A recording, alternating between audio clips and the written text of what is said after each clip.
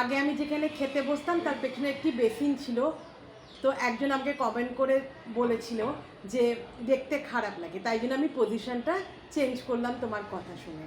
ভালো লাগলে জানিও।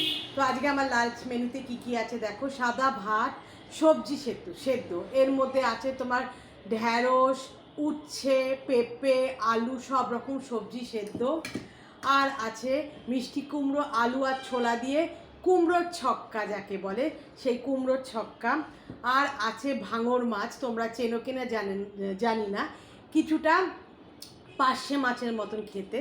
এই যে মাথা, লেজা আর একটা মাঝখানের পিস নিয়েছি। তো ওই ভাঙর মাছের সর্ষে বাটা দিয়ে ঝাল। এই হলো আজকে আমার সিম্পল লাঞ্চ মেনু। তোমাদের যদি ভালো লাগে প্লিজ কমেন্টের সাহায্যে জানিও, আর আমাকে পছন্দ হলে আমার চ্যানেলটিকে সাবস্ক্রাইব করো। Thank you.